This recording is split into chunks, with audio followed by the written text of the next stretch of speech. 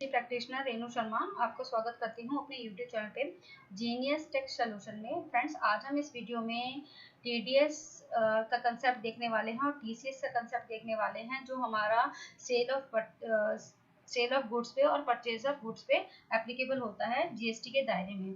अब हमारा जो TDS है, TDS अंडर सेक्शन 194 क्यू को इंसर्ट किया गया है और हमारा TCS अंडर सेक्शन 206C1H को जो है एप्लीकेबल किया गया था।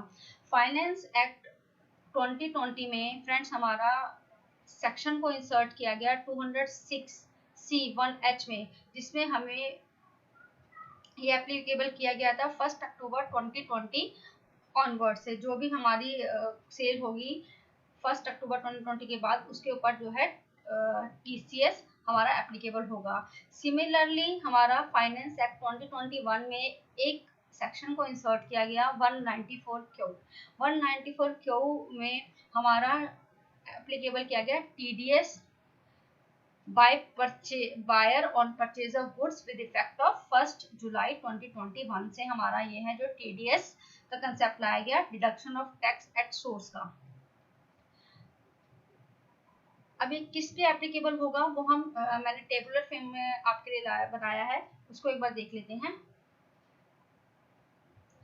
Friends, provision for section 194 Q and 206(1)(h हमने इसको ब्रीफ में बनाया है।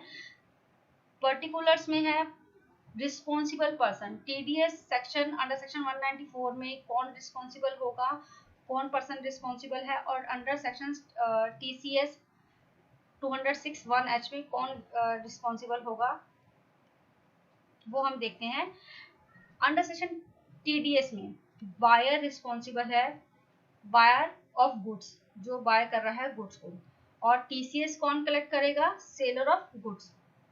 मीनिंग क्या रहेगा, buyer in person whose total sales, gross received और turnover exceed 10 crore in the immediately preceding financial year. Same situation हमारी सेलर के केस में है। TCS में अगर सेलर की टर्नओवर जो है 10 करोड़ रुपीज से एक्सीड कर जाती है, तब उस पे जो है TCS का कंसेप्ट एप्लीकेबल होगा। अब रेट क्या रहेगा फ्रेंड्स, रेट रहेगा 0.1% वैल्यू ऑफ गुड्स परचेज पे।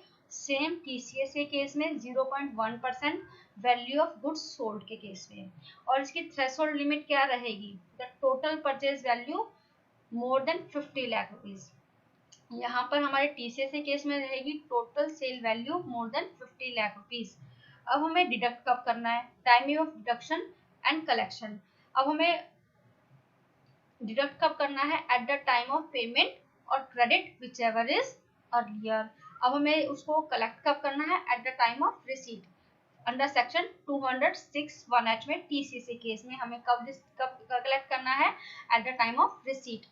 एक्सेप्शंस क्या रहेंगे, किस पर ये एप्लीकेबल नहीं है, वेयर, मैं TDS की बात कर रही हूँ, where seller of goods is a non resident person. अगर कोई नॉन रेजिडेंट पर्सन है तो उस पर TDS का कंसेप्ट एप्लीकेबल नहीं है। Where TDS is deductible under any other provision of the act, such TDS has been deducted whether TCS is collectible under any provision of income tax act other than 200 CS, तो उस पर भी applicable नहीं है। अब हम बात करते हैं TCS की। TCS where goods are being exported, जहाँ गुड्स को एक्सपोर्ट किया जा रहा है, where TCS is collectible under any provision of the act, where TDS is deductible under any other provision, तो ये उस पे एप्लीकेबल नहीं होगा। और ये किस पे एप्लीकेबल नहीं है, where buyer is a central और अ स्टेट और अ गवर्नमेंट और एम्बेसी एंड हाई कमिश्नर और लोकल अथॉरिटीज हैं, तो ये उस पर एप्लीकेबल नहीं होंगे। ये इसकी एक्सेप्शंस दी गई हैं। आई होप फ्रेंड्स आपको समझ में आ रहा होगा और आपको मेरी स्क्रीन भी विजिबल है। अब हम देखते हैं कुछ FAQs को। अब हमने एप्लीकेबिलिटी तो देख ली, किस पर एप्लीकेबल होगा, अगर टर्नओवर हमारी 10 करोड़ रुपीज से एक्सीड कर जाती है तभी हम एप्लीकेबल हैं TDS या TCS के केस में। परचेजर होगा तो अगर कोई बायर है तो हमारा TDS का कंसेप्ट लगेगा, अगर सेलर का पे एप्लीकेबल होता है तो TCS का कंसेप्ट लगेगा। रेट रहेगा हमारा 0.1%। एक्सेप्शंस भी हमने इसमें देख लिया। और अगर हमारी जो परचेज का जो अमाउंट है वो 50 लाख रुपीज से एक्सीड कर जाता है तभी हम टीडीएस जो है डिडक्ट करने के में एप्लीकेबल होंगे। एज पर सेलर के केस में बात करें तो अगर हमारी सेल की वैल्यू गुड्स की वैल्यू जो है 50 लाख रुपीज एक्सीड कर जाती है तो हम एप्लीकेबल होंगे टीसीएस के केस में। What is turnover? What is the meaning of turnover? Turnover को क्या इंक्लूड किया गया? वैसे टर्नओवर की डेफिनेशन नहीं दी गई है। टर्नओवर में हमारा जो है गुड्स एंड सर्विसेज दोनों को ही इंक्लूड किया गया है। अब हमारा नेक्स्ट क्वेश्चन कहता है वेदर टीडीएस और TCS provision shall be applicable simultaneously और any of the provision shall be applicable. दोनों प्रोविजन एक साथ एप्लीकेबल नहीं हो सकते हैं फ्रेंड्स, एक ही प्रोविजन लगेगा। यहाँ पर कहता है TDS and TCS provision are mutually inclusive provisions, that is only one of the provision shall be applicable on a single transaction of sales and purchase of goods पे। नेक्स्ट क्वेश्चन कहता है whether TDS to be deducted on the amount inclusive of GST component. क्या inclusive किया जाएगा? नहीं, ये हमारा gross पे होगा विदाउट इंक्लूडिंग जीएसटी। अब हम बात करते हैं, नेक्स्ट क्वेश्चन है हमारा whether TCS to be collected on the component inclusive GST component. क्या हमारा टीसीएस जो है उसमें हमारे जीएसटी को इंक्लूड किया जाएगा? नहीं, केवल सेल कंसिडरेशन को ही रखा जाएगा। इसको GST no adjustment on account of GST is to be done.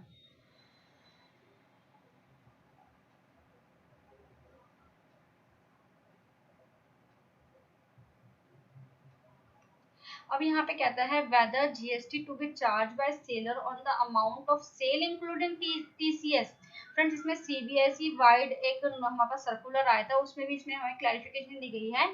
In this matter it is stated that अगर सेक्शन 15 सबसेक्शन 2 ऑफ सीजीएसटी के जो वैल्यूएशन का हमारा चैप्टर है सीजीएसटी एक्ट में specified that the value of supply shall include any taxes, duties, cess, fees, charges levied under any law for the time being in force of the other GST law for the purpose of determination of value of supply under GST.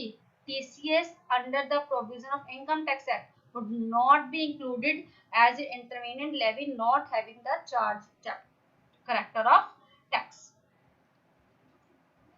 यहाँ buyer का meaning दिया हुआ है। Next हम कोई important question देख लेते हैं। Yes, whether TCS or TGS shall be deducted or collected or any kind of sales including sale of service। क्या सर्विसेज को इंक्लूड किया गया? नो, ये हमारा TDS और TCS का जो प्रोविजन है केवल गुड्स पे एप्लीकेबल है, सर्विसेज पे एप्लीकेबल नहीं है।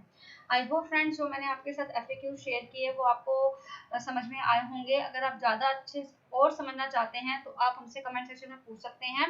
कोई भी डाउट है तो आप हमसे कमेंट सेक्शन में पूछिए। अगर फ्रेंड्स आपको मेरी वीडियोस अच्छी लगती हैं तो प्लीज़ लाइक कीजिए, शेयर कीजिए और मेरे चैनल को सब्सक्राइब कीजिए। Thank you for watching me.